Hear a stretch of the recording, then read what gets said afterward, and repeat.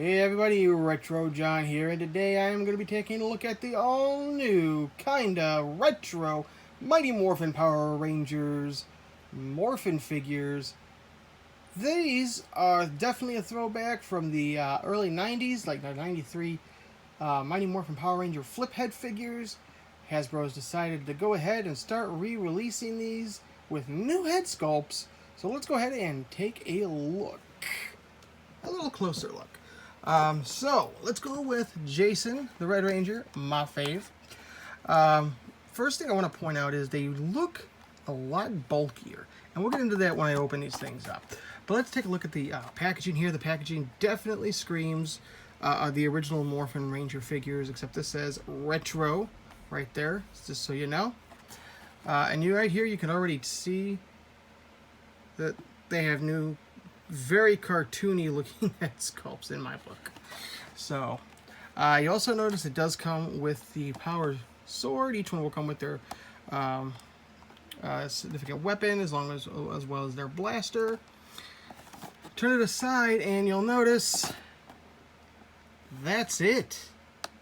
That's all we're getting in this first wave, hopefully first wave, because you'll notice we're missing Trini, the Yellow Ranger, because we got Zach, we got Jason. Trini was part of that, so we don't have her. We don't have the replacement Yellow Ranger. We don't have a Green Ranger. So I'm kind of curious how they're going to do that. If they're doing a second wave, then who are going to be the other two characters? Will we start getting monsters? Who knows? Now you'll notice also that these weapons are going to come together to form the Power Blaster, except again we're missing Trini's power daggers. Now I'll take a closer look once we get to her weapon, but it looks like we have an extra clip here, so that tells me we are going to be getting Trini at some point. And of course over here we get the flipping head action. So this is Jason.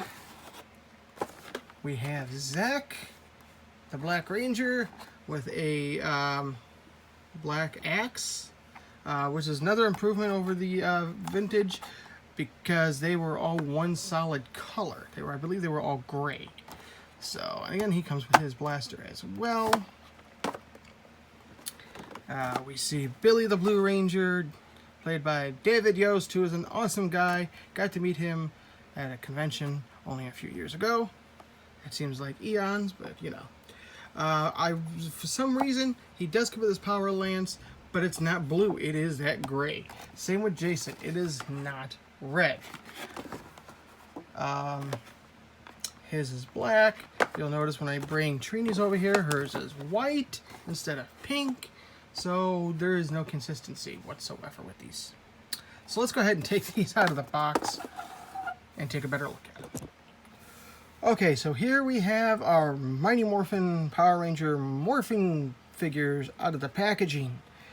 And the first thing I want to say is these scare me. And I'll go into that here in a moment when I go into articulation, which we're going to do right now. So I already showed you all their accessories. Let's go ahead. And the articulation is going to be the same all around the board, so we're just going to use Jason here as the go-to here. So there is no head articulation. You cannot turn the head. I will say that these do have more articulation though than the previous vintage ones, because with these, the arms can go out pretty darn far, actually. They can go all the way around. They do have elbow bends. However, they are extremely tight to the point where I thought I was going to break this. And these are very soft plastic. There we go. Say, they do swivel. There is no swivel or any articulation in the wrist.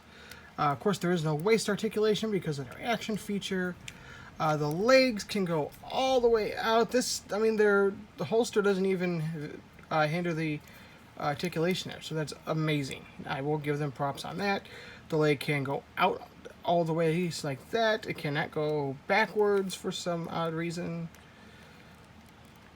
I don't know. The knees also bend, and we're also very, very tight, and they also swivel.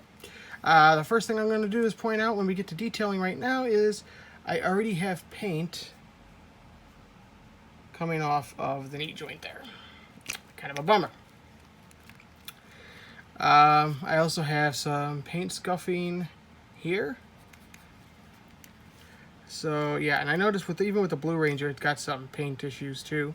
So they're not the best as far as paint goes. We got a lot of screws showing here.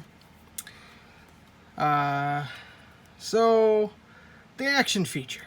So if you remember the vintage, to do the action feature, you would have to have their heads already morphed, like so. And then you would push down on their morpher, and their morpher would morph them, which makes perfect sense. That doesn't work that way this time around. This time around, the button is in the back, conceals the button. And you have to really hold this button down for the head to do a full spin. And you kind of got to hold it, because you can't just flip it and then let go, because it'll go right back to this head. And I seem to be having issues with my Red Ranger. Let's see if he'll do it on camera. So I'm going to push the button in, like so. And you see how hard that was. And see, it's only going to Jason now, or the helmet. It was going that way. See, now that's how you gotta do it.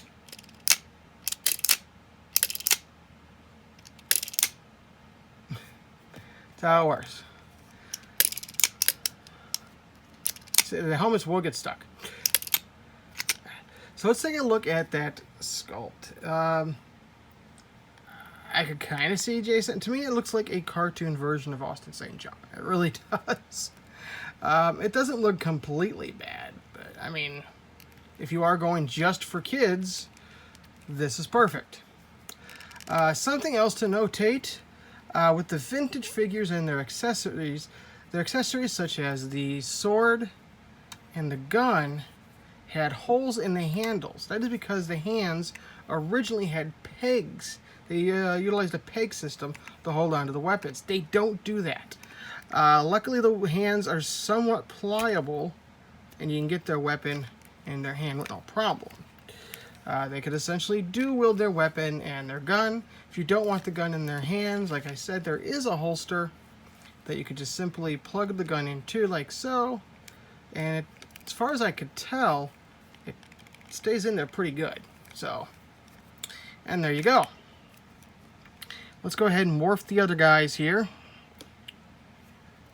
Let's go ahead and get his gun, put it in his holster. And now we'll morph Zach. See what I mean?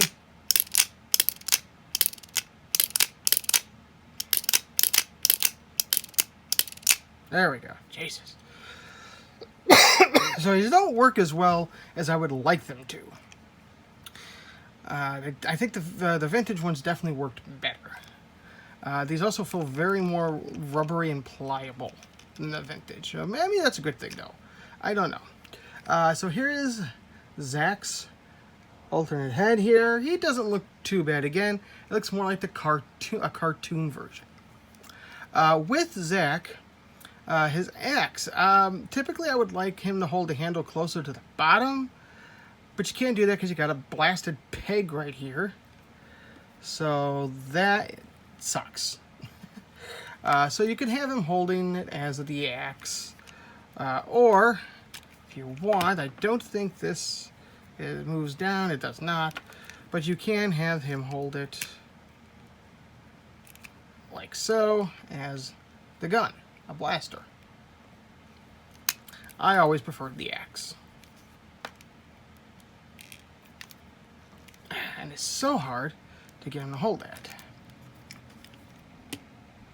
Next, we will do Billy. So we'll go ahead and we'll take his gun. I'm going to put Billy's gun in his holster. There we go. And now we're Morph Billy. Again, not too bad. It looks alright, but again, cartoon version of Billy Cranston. His weapon is the Power Lance. It's pretty cool. It does fit in his hand, and it does come apart. So if you want, you can have him holding. Again, these elbow joints are incredibly hard. There you go. You can have him dual wielding the lances, especially if you're going to pose him to throw it at the power bow when it becomes the power blaster. And last but not least, we have our cute little Kimberly.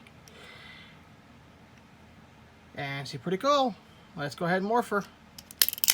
Ba-dum! And again, a nice cartoon look-alike of Amy Jo Johnson. Again, I don't think these look terrible. I really don't. But I kind of liked the original sculpts better. Just, I don't know, it's just a preference. And again, more paint smudging. So, seems like that across the board on these figures, unfortunately. And we're going to take Kimberly's gun and throw it in there. And it looks to me like there is two different versions of pink. Actually, more like pink and purple.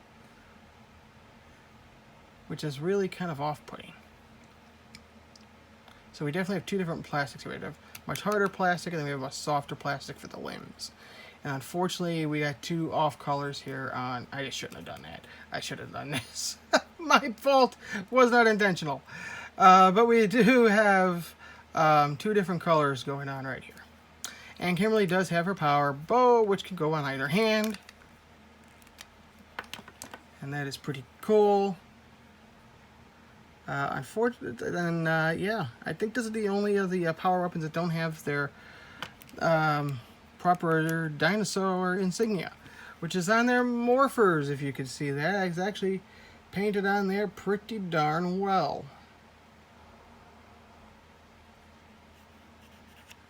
And it's not a sticker. That's pretty cool.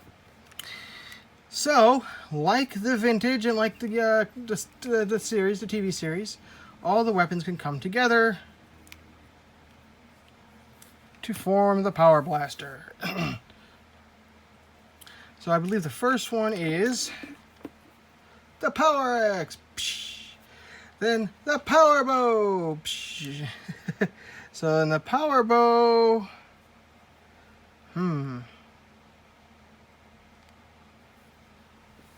I'm trying to remember how these go. Let's see. Maybe here? Probably goes right in there. I think it goes right in here. Yeah, there we go. It goes right in there. So then we get the Power Lance. Actually, it was the Power Daggers, then the Power Lance, I think.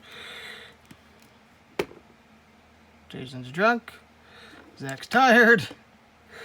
So, and these, I believe, go more towards the outer end.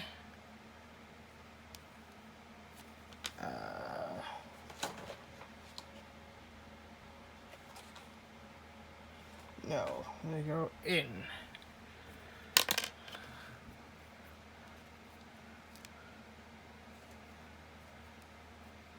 Alright, there we go. Well, we got the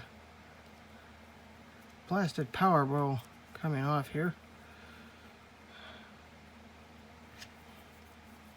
And it is important, you'll notice there's a thin side. That is the side that you want to put in the clip.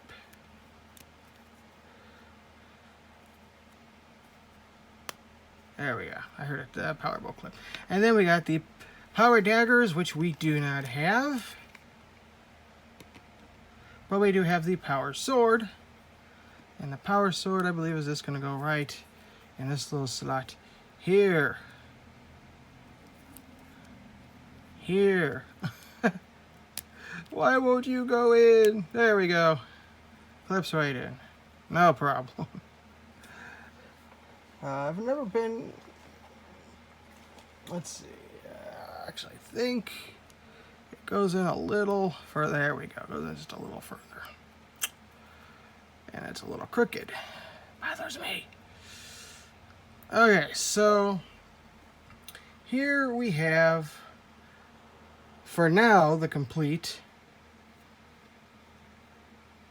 Power blaster, which can, of course, be held by pretty much anybody, but it's usually Jason who wields it.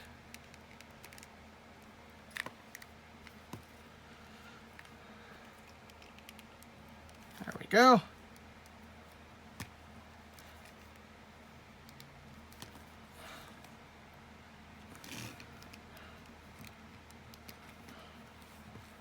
Give it a stand while holding it. Alright, there we go.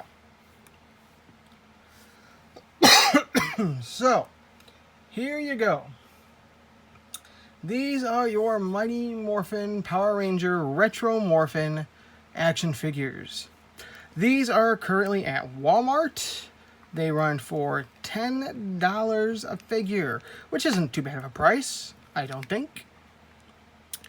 My overall opinion, they're decent. I like them okay.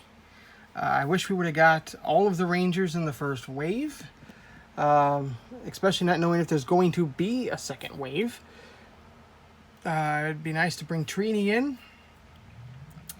And it'd be nice to bring Tommy in. And maybe we can get some of those classic vintage monsters too, like iGuy and the pig, the Zed, Rita. Overall, these are pretty cool figures. $10 for a price point's not bad. Hoping for a second wave. And the Power Blaster, it doesn't look complete without Trini, so hopefully we're getting her soon. So, until next time, I think I'm going to say this right this time. May the power protect you.